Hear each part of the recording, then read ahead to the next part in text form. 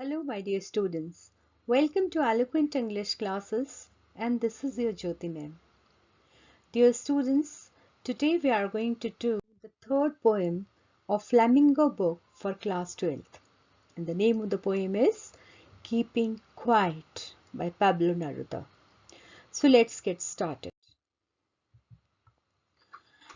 Let's know something about the poet. Pablo Neruda is the name of the poet. At the age of 13, he started writing. But his father never wanted him to be a writer.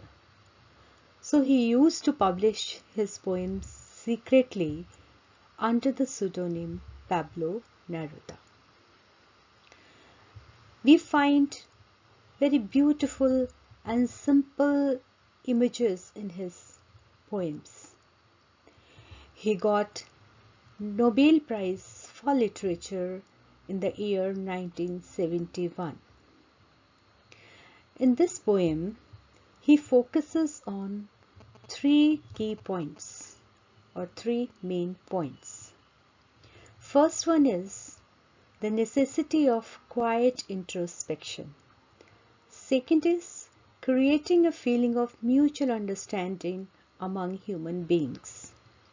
And the third is being harmless to animals and environment. तो तीन चीजें discuss की गई हैं. पहली है quite introspection. Quite introspection होता है आत्मविश्लेषण, अपने बारे में क्रिटिकली सोचना कि हम जो कर रहे हैं वो सही कर रहे हैं या गलत, कहीं हमारे किसी काम से दूसरे हर्ट तो नहीं हो रहे. सेकंड है creating a feeling of mutual understanding among human beings. एक अंडरस्टैंडिंग होनी चाहिए आपस में ह्यूमन बीइंग्स के, कि हमें अपने बारे में ही नहीं सोचना, औरों के बारे में भी सोचना है, उनको साथ में लेके चलना है, उनको हार्म नहीं करना है.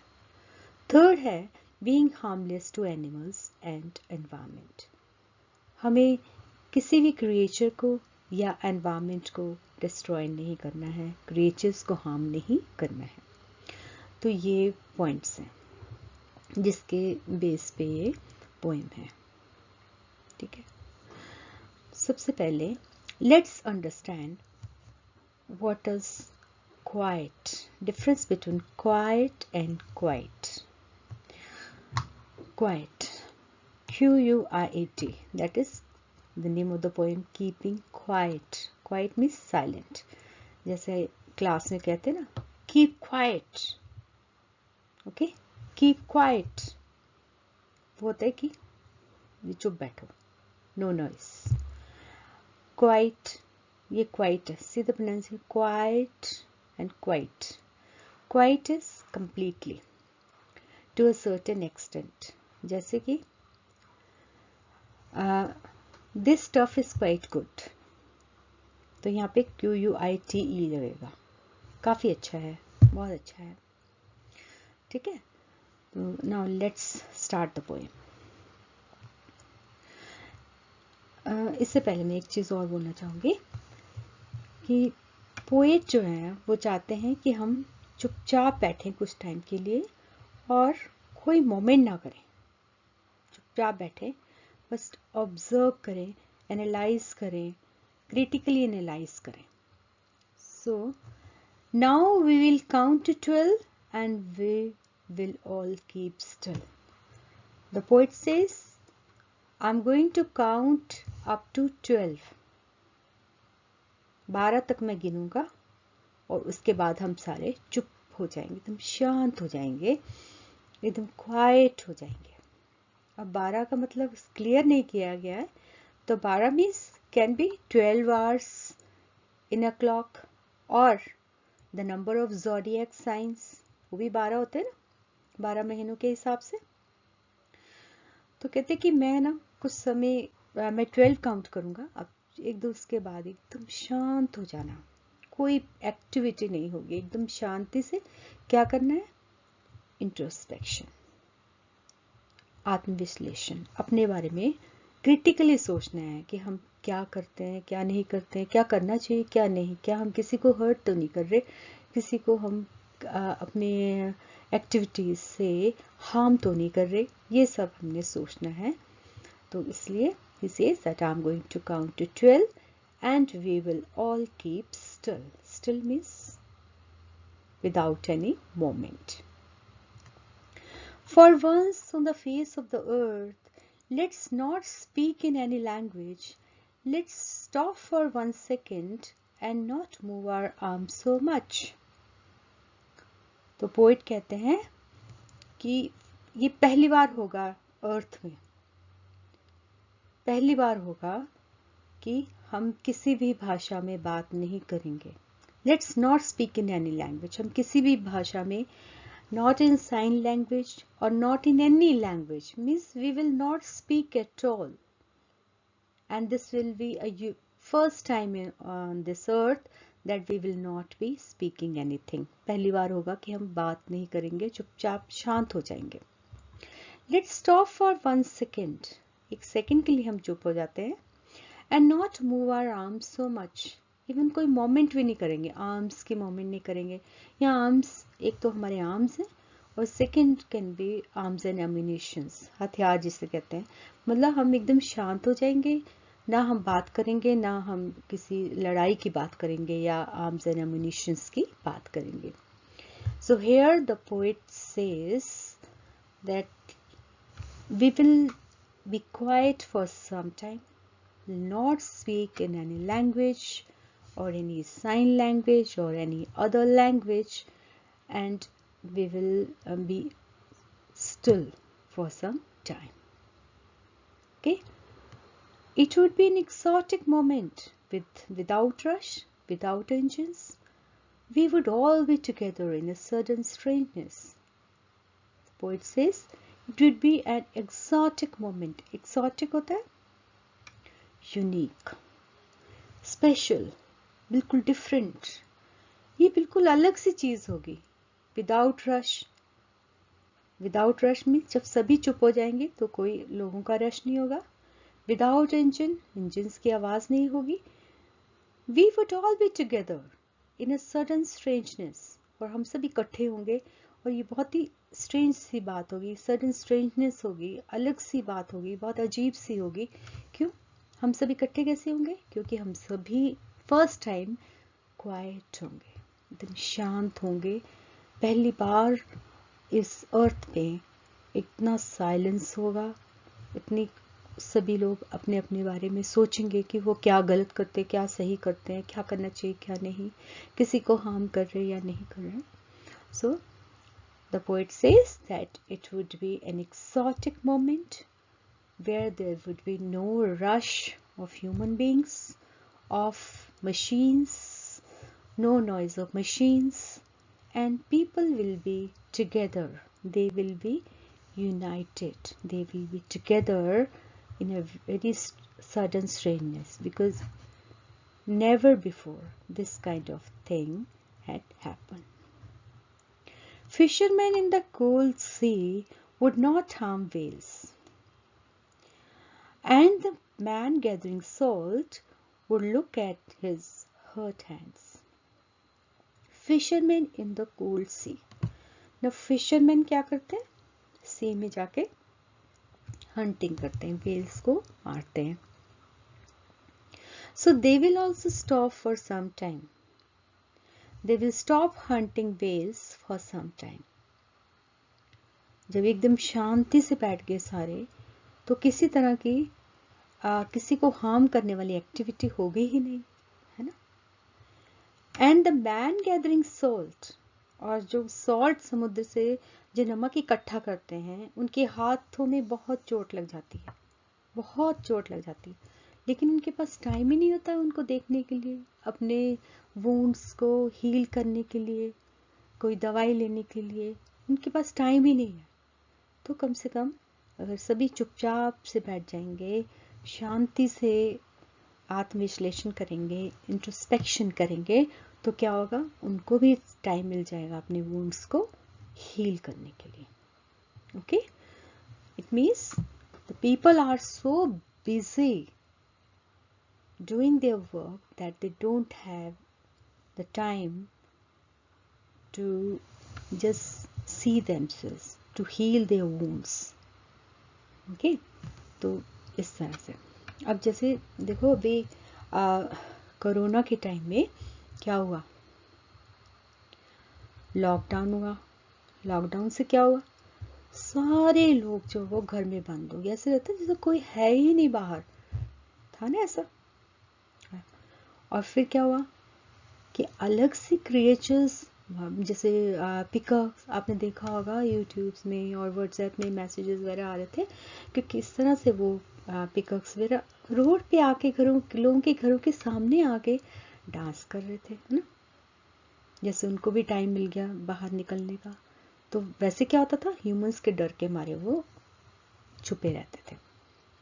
और देखा होगा कि टाइगर्स और लेपर्ड्स वगैरह सारे रोड साइड पे, रोड के बीच में बैठे हुए, है ना।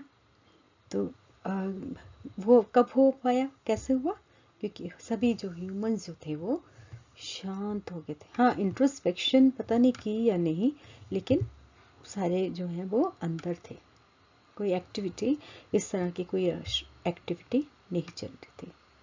So now here fishermen actually is symbolic of all the proficient hunters, all the expert hunters किसी तरह के भी हों, किसी भी चीज़ को मारते हों, उसके बारे में फिशरमैन जो है वो सिंबॉलिक की प्रतीक हैं। फिशरमैन उनके प्रतीक हैं, जितने भी प्रोफिशिएंट हंटर्स हैं उनके प्रतीक हैं, कि जब कोई मोमेंट भी नहीं होगी तो ये लोग, ये जो एनिमल्स हैं, जैसे वेल्स हैं, आप देखो यहाँ पे जो वेल्स हैं ये बची रहेंगी। Okay, those who prepare green wars with gas, wars with fire, victory with no survivors, would put on clean clothes and walk about with their brothers in the shade doing nothing. Those who prepare green wars कौन से होते हैं, green war means destruction of nature. तो जो green Wars करते हैं मतलब nature को डिस्ट्रॉय कर रहे हैं, प्रकृति के साथ छेड़छाड़ कर रहे हैं। अमेज़न में देखो आप, कितनी आग लगी पीछे और कितना नुकसान हुआ, है ना। तो इस तरह से जो ग्रीन वॉर्स हो रहे हैं उनको, या जो डिस्ट्रक्शन हो रही है नेचर के साथ, those who prepare green wars with gas, wars with fire, wars with gas, wars with fire मतलब न्यूक्लियर वॉर या बायोलॉजिकल वॉर, जो भी तरह के वॉर होते हैं।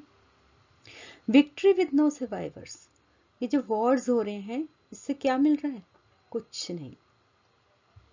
ये किस तरह के वॉर है, किस तरह की जीत होती है वॉर के बाद, victory with no survivors means victory at the cost of human lives, बहुत सारे लोग मरते हैं, है ना। तो इस तरह की होती है, फिर ये सीन होता है। देखो ये लड़ाई चली है, आप देख रहे हैं ये लड़ाई हो रही, और फिर ये सीन रह जाता है, इस तरह का ये सीन होता है। फिर विक्ट्री विद नो सर्वाइवर्स, कोई नहीं है सेलिब्रेट करने के लिए। ओके, तो फिर क्या करना चाहिए। हाँ, एक चीज और, इसमें ये लिटरेरी डिवाइस क्या है, लिटरेरी डिवाइस आयरनी है। आयरनी होता है व्यंग्य। व्यंग्य क्यों है ये, क्योंकि विक्ट्री तो लोगों के साथ सेलिब्रेट होती है लेकिन लोग ही नहीं है, तो victory at with no survivors and the literary device used here is irony. Okay, अब तो क्या करना चाहिए, ऑल द पीपल, है ना, should where clean clothes. War में क्या होता है, ब्लड शेड होता है, तो सभी को साफ सुथरे कपड़े पहन के अपने एनिमीज के साथ मिल के बैठना चाहिए और सोचना चाहिए कि वो ये वॉर जो कर रहे हैं इसके कॉन्सिक्वेंसेस क्या है, इसके रिजल्ट क्या है, इसके रेपरकशंस क्या है। तो here the poet doesn't want any kind of war and he wants the soldiers or the people of enemy country or enemies and all the people who are involved in wars should sit together, unite and introspect the consequences of war. उन्हें बैठ के सोचना चाहिए कि क्या लड़ाई ठीक है, क्या युद्ध होने चाहिए या नहीं. Here the poet is promoting universal brotherhood and peace. तो पोएट क्या चाहते हैं कि सभी आपस में, सभी में भाईचारा हो और शांति स्थापित हो. Okay? He doesn't want any kind of war. What I want should not be confused with total inactivity. Now the poet says, please don't confuse this silence with total inactivity. Total silence जो मैंने कहा है कि introspection करने के लिए सभी चुप हो जाओ, मैं 12 तक काउंट करूंगा, इसका मतलब ये नहीं है कि बिल्कुल ही एकदम कुछ करो ही मत तुम, मतलब कुछ नुकसान मत करो, शांति से बैठ के सोचो. तो he says, please don't confuse it. He never wants inactivity. Inactivity क्या होता है कि कोई काम नहीं करना है, ऐसा नहीं कहा उसने. काम करो लेकिन हार्म करने वाला काम ना करो. Life is what it is about.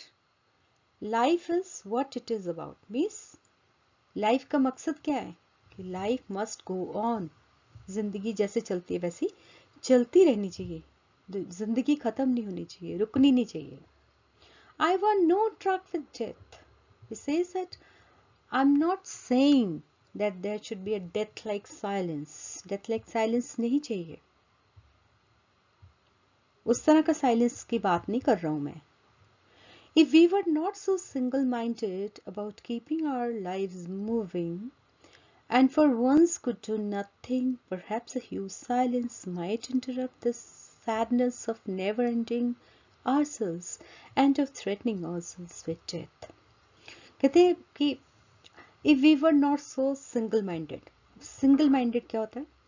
Single-minded होता है busy in achieving one's goal. अपने जो भी गोल है उसको अचीव करने के लिए बस चलते जाना और बिल्कुल ना सोचना कि हम सही कर रहे हैं या गलत कर रहे हैं, और ना ही ना इंट्रोस्पेक्ट करना और ना ही रेस्ट करना. बस करते जाना, काम करते जाना. कहते हैं कि अगर हम इस तरह, और अपने बारे में सोचना. कहते if we were not so single minded, अगर हम ऐसे ना होते, सिंगल माइंडेड ना होते, तो क्या होना था? About keeping our life moving and for once should do nothing. हमें क्या करना चाहिए कि हमें अपने बारे में ही सोचते नहीं रहना चाहिए. हमें नहीं सोचना चाहिए सेल्फ सेंटर्ड होके, मतलबी होके, सेल्फिश होके अपने बारे में ही नहीं सोचना चाहिए. हमें थोड़ी रिलैक्स करना चाहिए बीच में, और जो भी अचीव किया है उसके बारे में सोचना चाहिए और एंजॉय करना चाहिए. Perhaps a huge silence might interrupt this sadness. अगर हम चुप हो जाएं, साइलेंट हो जाएं, शांति से इंट्रोस्पेक्ट करें, तो शायद क्या हो? Might interrupt this sadness of never ending ourselves and never understanding ourselves and of threatening ourselves with death. अब डर किस चीज़ का रहता है? हमेशा रहता है कुछ हो ना जाए, मर ना जाए, और मरने से पहले हमें ये भी करना है, ये भी करना है, वो भी करना है. तो ये जो कांस्टेंट फियर ऑफ डेथ है, impending constant fear of death जो है, जो हमेशा हमारे दिमाग में रहता है, उसके चक्कर में हम क्या करते हैं? फटाफट काम निपटाने के उसमें रहते हैं कि ये भी कर लें, ये भी कर लें, ये भी कर लें. ये अच्छी बात नहीं है. हमें क्या करना चाहिए? We should keep quiet, understand the meaning of life, and should not have fear in our mind. Fear of what? Fear of death in our mind.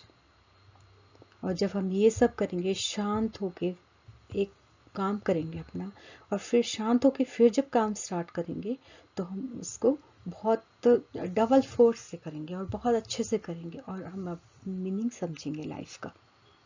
So this is what he wants. He doesn't want total inactivity. He wants people to do their work but not harm others. And they should not be self-centered. They should think about others also and about themselves too. And should understand the meaning of life. and the constant fear of death should not haunt them. This is what the poet wants. Perhaps the earth can teach us as when everything seems dead and later proves to be alive. अब poet कहते हैं कि हमें अर्थ से सीखना चाहिए. क्या चीज सीखना चाहिए अर्थ से? कि जब ऐसा लगता है चेंज ऑफ सीजन जब आता है तो ऐसा लगता है कि बस कुछ नहीं है, बस खत्म हो गया. और लेकिन फिर क्या आता है कि नए नए स्प्राउट्स, पौधा एकदम उगने लगता है, एक नया उसका जन्म होता है, रीबर्थ होती है. तो इसी तरह से अगर हम चुपचाप बैठ के इंट्रोस्पेक्शन करेंगे तो हमारी भी रीबर्थ होगी. That would be a kind of rebirth. Okay, so humans can understand the meaning of their lives and it would be a kind of rebirth to them.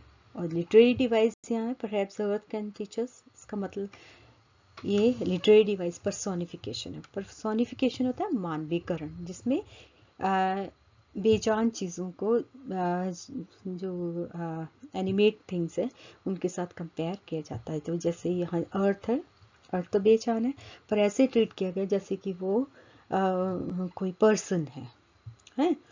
तो इसको कहते हैं मानवीकरण, इंग्लिश में पर्सोनिफिकेशन. तो personification is a literary device used here. And then the poet says, now I'm going to count up to 12. So I'm going to go somewhere and you start introspecting. Introspection करो और देखो कि तुम्हारी life का main मकसद क्या है. Don't harm anyone. So here the poet wants us to be quiet, introspect, not make any moment, not harm any creature, and not involve in wars. And but he says that it doesn't mean that we should not be we should be totally inactive. We should be doing our work but harmlessly. We should not harm any creatures, any humans. All have the right to live on this earth, and we should follow the golden rule of helping others, not harming others. Okay, and we should not have the fear of death in our minds. We should live life to the full without harming others. And earth is a great teacher. We should learn from earth. So this is all about your poem. I hope you have understood, and if so, please don't forget to like, comment, share and subscribe to my channel. Thank you very much.